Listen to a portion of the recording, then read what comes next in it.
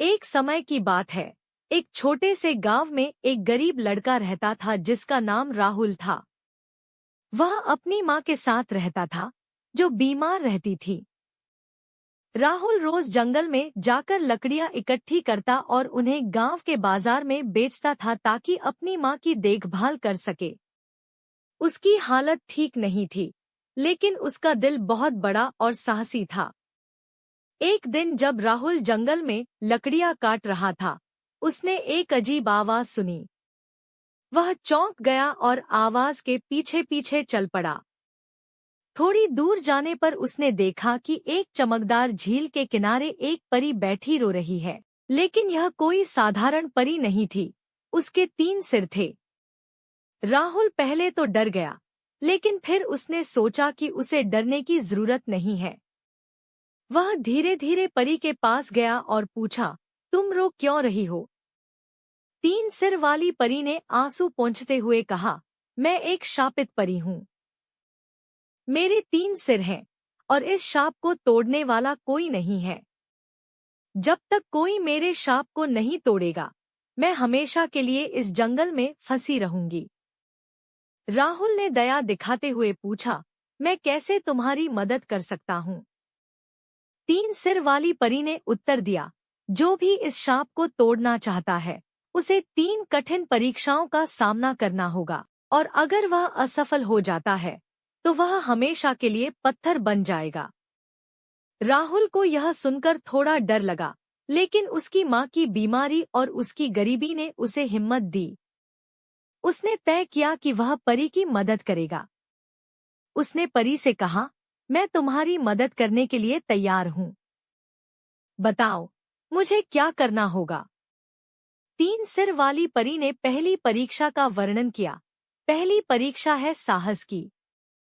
जंगल के बीच में एक भयानक दानव रहता है। तुम्हें उसके पास जाकर बिना डरे उससे मेरा शाप तोड़ने का आशीर्वाद लेना होगा। राहुल ने अपनी कुल्हाड़ी उठाई और जंगल के और भीतर चल पड़ा। वह रास्ते में पेड़ों की आवाज और अजीब सी छायाओं से डरने लगा, लेकिन उसने खुद को शांत किया और आगे बढ़ता रहा। थोड़ी देर बाद उसने दानव को देखा। वह विशाल और भयानक था, लेकिन राहुल ने हिम्मत नहीं हारी।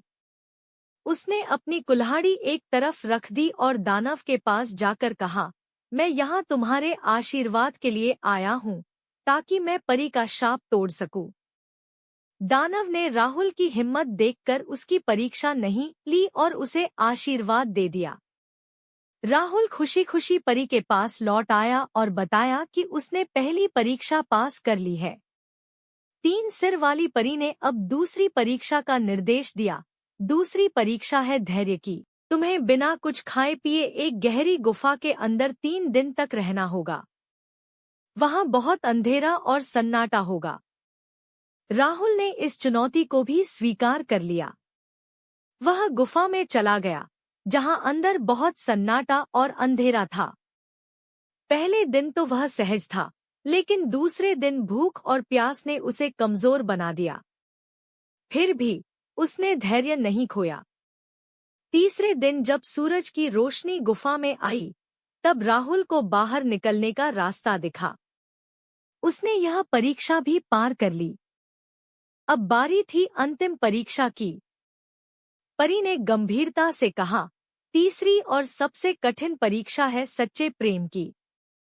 तुम्हें उस व्यक्ति के लिए कुछ छोड़ना होगा जिसे तुम सबसे ज्यादा प्यार करते हो।